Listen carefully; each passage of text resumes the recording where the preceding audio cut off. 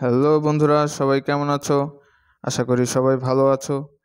আজ চলে এসেছি মহাখালীতে অনুষ্ঠিত বাঙালি জাতির ঐতিহ্যবাহী বসন্ত উৎসবে।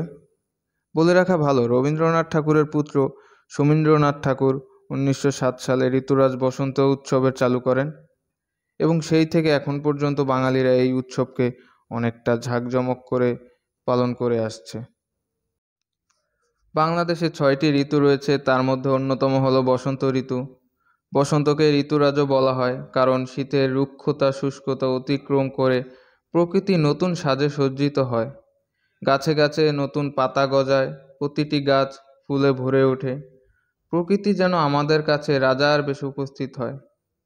এই সুসজ্জিত প্রকৃতি হওয়ার কারণেই বসন্তকে ঋতুরাজ বলা হয়।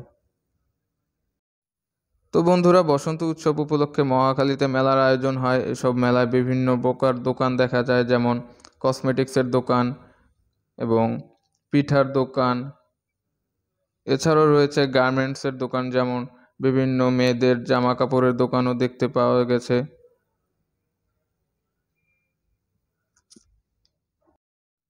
আমি প্রতিটি দোকানই ঘুরে ঘুরে দেখেছি এবং কোন দোকানে কি কি ছিল সেগুলো দেখেছি, এবং বাচ্চাদের জন্য বিভিন্ন রাইডের ব্যবস্থা ছিল এই মেলায়।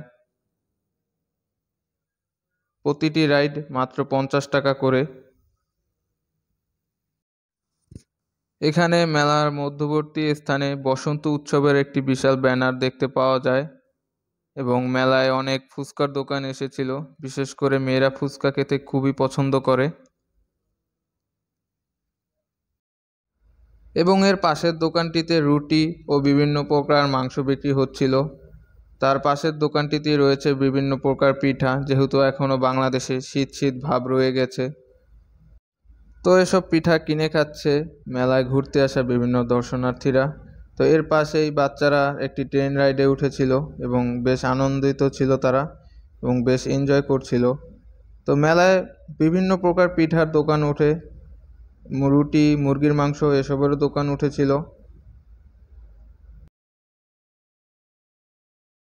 এবং এর পাশেই ছিল মেয়েদের জামা কাপড়ের দোকান, সেখানে শাড়ি, থ্রি পিস, ওড়না ইত্যাদি উঠেছিল এবং বিশেষ মূল্য ছাড় ছিল সেখানে। তো বন্ধুরা, এই ছিল ভিডিওটি কেমন হয়েছে সবাই জানিয়ে দেবেন। সবাই ভালো থাকবেন, সুস্থ থাকবেন। Good bye and good day.